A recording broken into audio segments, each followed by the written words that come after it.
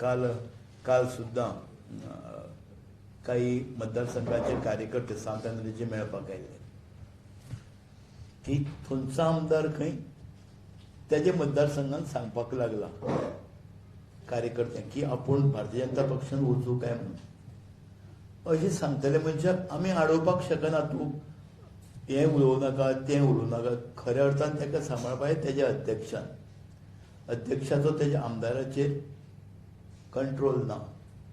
तशेंच दुसरे एक आमदार आनी एक मतदारसंघाचे साऊथ गोवाचे ते कार्यकर्त्याची मिटींग घेतात. ते म्हणटात की आपूण भारतीय जनता पक्षाक वचपाचो एक ठरयला म्हणून आनी आपल्या कार्यकर्त्याक ते विचारतात, जे चांचपणी करून घेतात.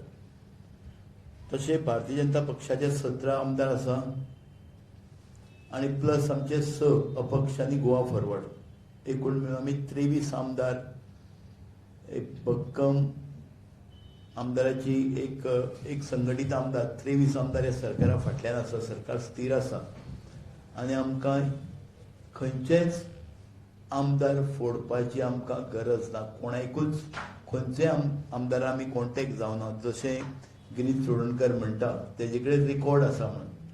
त्या रिकॉर्ड जर आसत जाल्यार प्रेस कॉन्फरन्स घेवन ती प्रेस कॉन्फरन्सात वाजोवन दाखोवची. बाबा कोणाचो आवाज आसा, कितें आसा, कोण पदाधिकारी, कोण अध्यक्ष आसत, कोण आमदार आसा, कोण मंत्री कोणाक कॉन्टेक्ट केला आसत जाल्यार तेणें वाजोवन दाखोवची. कारण बेश्टेच बेशूट हवेनवार आरोप करचे न्ही. हितूर कांय तथ्य ना.